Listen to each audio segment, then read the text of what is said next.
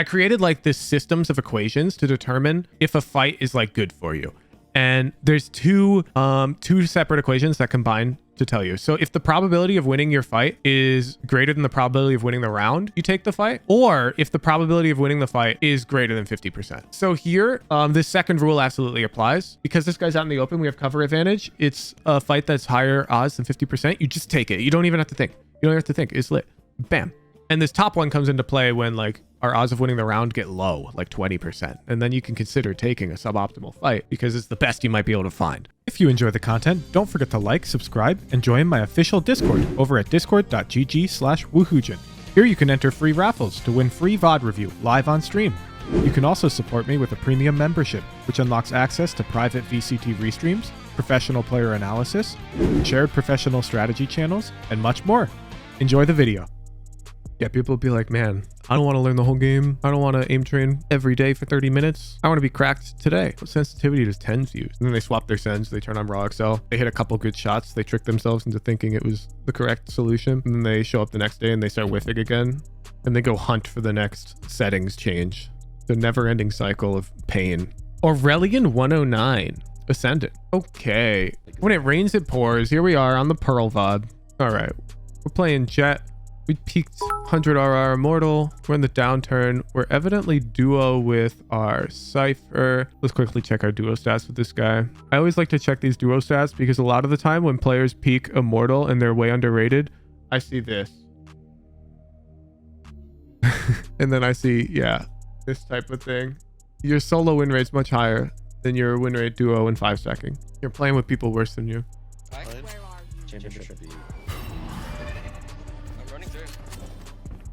Bit early on the dash. Nice.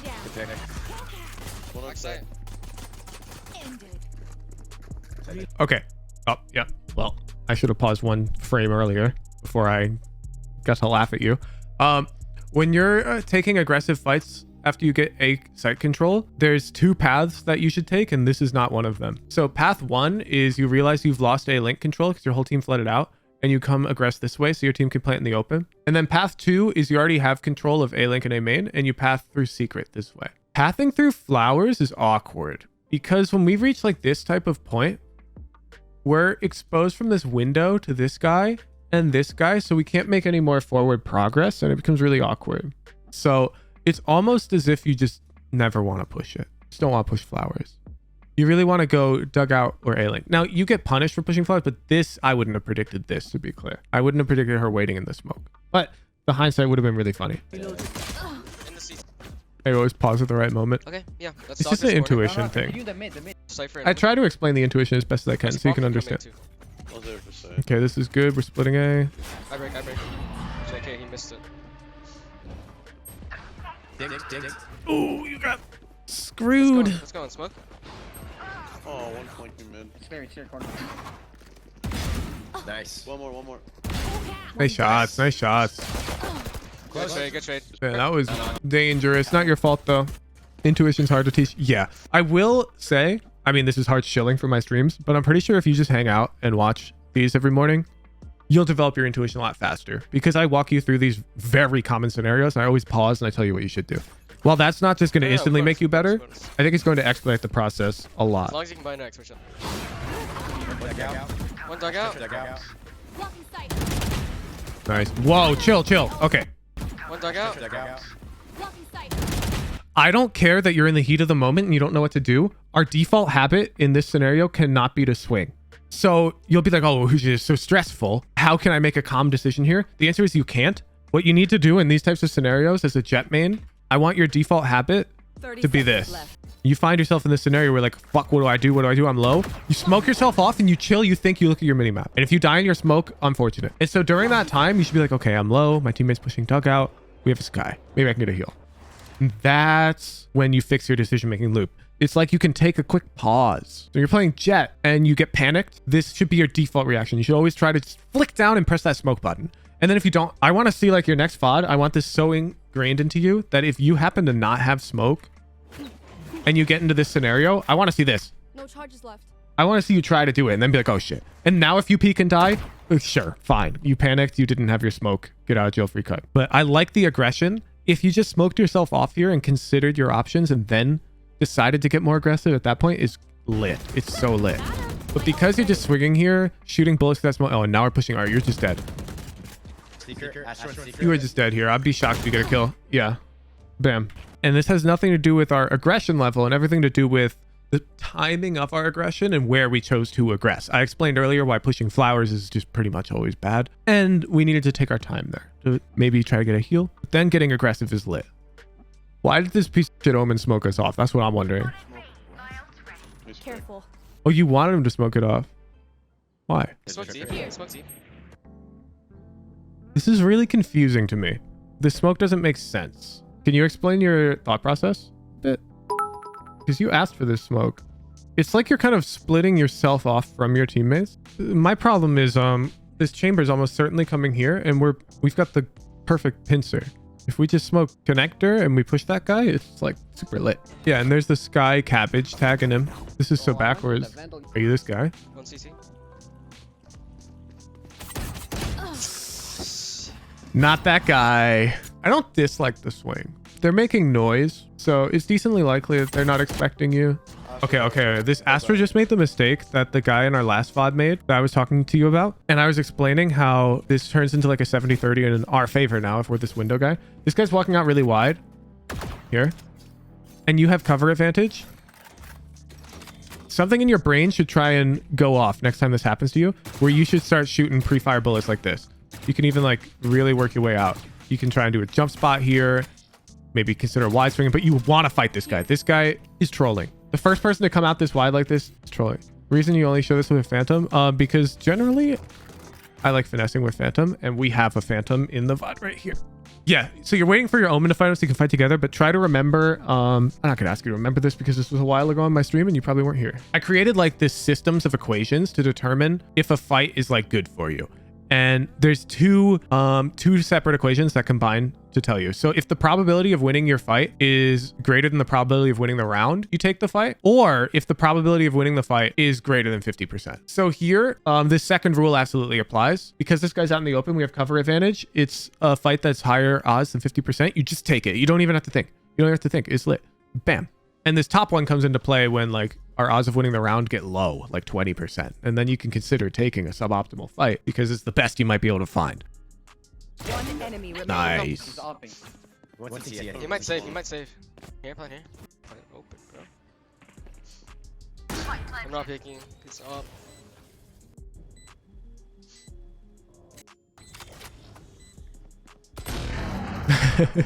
Stay alive. Here. I hear you sighing. You're like... You're so mad at this guy. Oh. Just don't peek, don't peek. He's not on. There's no world. I don't like it. So whether or not you noticed obviously depends.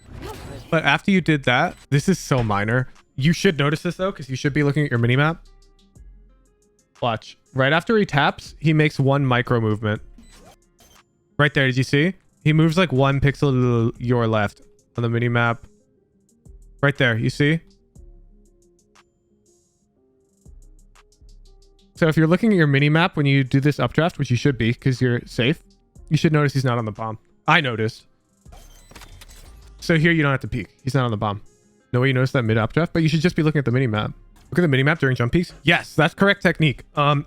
When you jump spot, you generally do just look at the minimap because a jump spot is usually too quick for you to identify a precise location of anybody you saw. And so the minimap tells you where you saw them and who you saw. While a jump spot, you might see where, you might see who, but it's unlikely you'll see everything. So if you just look at your minimap though, of course there's no minimap in the shooting range. Now I'm malding.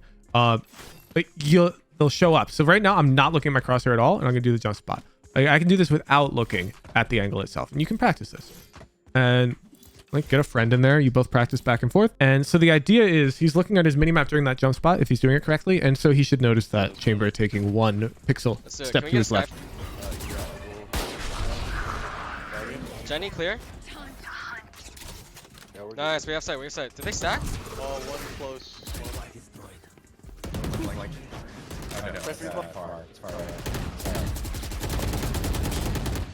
Chamber lit. Uh-oh. How's he always pause right before crisis? Okay, so you have a bad habit. You have a bad habit that's fueled by a good habit. Your good habit is that you're aggressive on chat. Your bad habit is that when you don't know how to get aggressive, you get aggressive anyways, and you end up in very awkward scenarios. So here you don't know how to get aggressive. You're like, what do I do? What do I do? And then you just push. You just push. So we're gonna rewire this. So just like how we are trying to rewire your natural reaction to panic by just aim down and press smoke, I want your natural reaction to not knowing what to do, not to be aggression, but to just be get into some cover, control an angle, jiggle it, and think about how to get aggressive. And only do it once you're comfortable with the aggression. So right here, I really want you to just chill in halls. Jenny, So clear. here, halls is clear. You've got control of all sight. Just jiggle CT or jiggle blink or whatever. Think about how you want to get aggressive. And until you come up with something that's really good, that you're very happy with, don't get aggressive. And if you get into a scenario where you're thinking, wow, I couldn't come up with anything for that whole round, clip it, write down in some like notepad, yo, I'm Pearl in post plan on B. I can't figure out how to get aggressive. And then when you're watching a Pearl VOD, as Jet, and you're watching like pro streamers and whatnot, you try to figure out how they get aggressive in those scenarios. You aggro because it's 4v5. I get that, but you didn't know. We have side. You don't look comfortable getting aggro this way. It doesn't look like you're happy with this type of aggression. It looks forced. So what you should do instead, regardless of the scenario, even if it's 1v5 and you're like, I know I need to get aggressive, until you have a comfortable answer to your question of how do I get aggressive, just chill. If you can't figure it out, you clip it and you try to figure it out after the fact. You make a mental note and you come back next game stronger. But you don't just autopilot push something. Let me give you an answer here, by the way, because you're like, how do I get aggressive? In this type of scenario, there's actually not a decent way to get aggressive. It's just too locked down right now. You basically just need to try and take this time to set up a contact, which is tough in solo queue. Because we have this trip, our flank is relatively safe because they don't have any agents that can bypass the trip. So at this point, I'm just trading my crosshair CT, maybe smoke it off if it's dangerous, and try to get somebody contact halls for me maybe, or just stay doubled up halls. Unfortunately, you can't really push yet. There's no good way to do it. I don't see one at least. This is a contact. Oh, this is actually like, yeah, it's a full crossfire. This is the type of thing that I would look to set up back there. This is really well played by your teammates.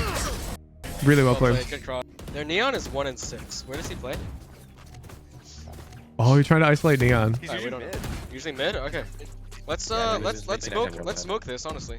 Okay, I don't dislike the call, or sorry, I don't dislike the reasoning. I quite like it. You notice that they have a big bot fragger. You're trying to isolate them. I would like us to have some pressure be made, like just do a B split or something. But good. I love this. I love this.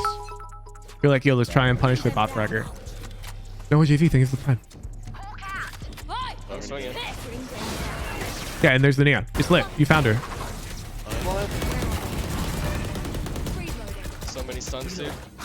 Problem is now we've given up all of the map control. My sky has 0 chill. Enemy kill. Could be Damn. No, ask for smoke lane. There's no way. Okay, actually, I was sus of main. As a controller player, I like doing that type of smoke a lot. But your sky birded it, so it's lit. So here you're giving up cover advantage. So you know Fabe was art, and he said pushing up. Now his comm is bad. This is art for everybody watching. This is a link. So this guy's almost certainly saying that Fade is a link. If that makes sense. Not art. Fades art. Right now, like pushing up. Like that comm. You call both art? You shouldn't. You shouldn't, because they're different. If she's art, you come up to this corner and you can finesse this cover on her because she's not in a link. You've got control of it. But if she's a link, we can't push up and we need to finesse this corner to contest here, if that makes sense. Here, when you hear the art call and you intuitively realize that it's a link, because lots of people call this art, and you swing and look at it, you don't want to walk up because now you're giving cover advantage to this guy. Swing off me, Owen. And this comm, it's the right idea. You just got to fix the comm. You have to say like swing a link off of me, Omen. Because Omen doesn't know your voice and he doesn't know where you are. So when you make a comm like that, he has to first look here, then he has to look here and hopefully internalize all of that and figure out where to swing. Check the gear on Valiplan. There's a checkbox for map calls. No, trust me.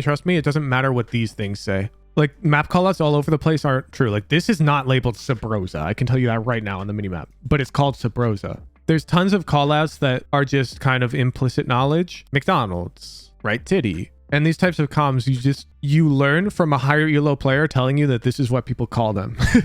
Unfortunately, that's how it is. So this is art and this is A-Link. Why do I know that? Because that's what Radiants say. That's what we call it. And that distinction matters. And yeah, it could totally be something different in EU. Okay, chill. So you peek here, I'm down. You don't know he's hopping. He hasn't really opted all game. You get your sick dink, he TP's out. Now, that guy can be posted up with an op. Gotta chill. Hold on. Slow down. Chill. Arc just got. Oh, sorry, Jay, I just flashed. You're fine. I've got the proest tip for you. People in lower elo don't realize this, but this is especially apparent if you're playing like Yoru. But if you just get here on entry, like you dash there or Yoru TP there, you're safe. You're super safe. This person can't peek you this way, and this person can't peek you this way. It's really uncomfortable for both of these people, and you're not exposed to A-Link. So this is a really good spot to end up and just chill and smell the roses and figure out how you want to continue the attack. You just sit there because it's impossible for them to really swing you.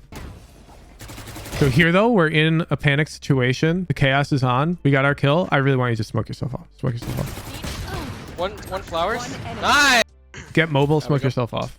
Then consider swinging that guy flowers. Sheesh. Bring them down. Alright, we're going, eh? Really good entry. And now we're pushing in the correct manner. I love this. This is where we want to be. Nice try. Same idea here. We're pushing correct again. Now you're going a little gangbusters, but at least you're trying to contest the right space. And now you should learn. Maybe I don't push through a smoke A-Link with 12 seconds into the round without teammate or without Utah. Heard out mid. This angle's really dangerous, and we're on an economic advantage round, so I'm not the biggest fan. Sky can come in. Sky, rotate. Oh man, I with 3. God. Case in point. This is just super risky against their eco. Just something to keep in mind. When I watch these like sweaty pro players whose like main goal is to frag out in solo queue, when they buy op, a lot of the time they like playing like these fast rotate plays. Like I've actually seen tens start rounds here when he buys an op, and then when contact is made, he just goes towards that. It's just something to keep in mind because we're facing a team that really is spreading the map a bit, and if we're gonna catch ourselves on B retake, it's gonna be really annoying. Jet can't do it super effectively. Yoru is actually quite good at this on this map. It's just a really good way to increase your impact in solo queue when your teammates can't lock down a site like this. Okay.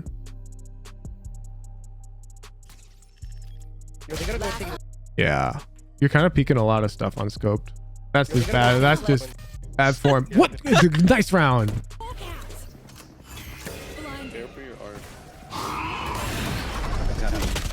Yeah. This is just going to come down to planning. I don't dislike peeking up here with the operator, but evidently you did not have a plan fully fleshed out. Because in my opinion, the smoke you threw is super slow.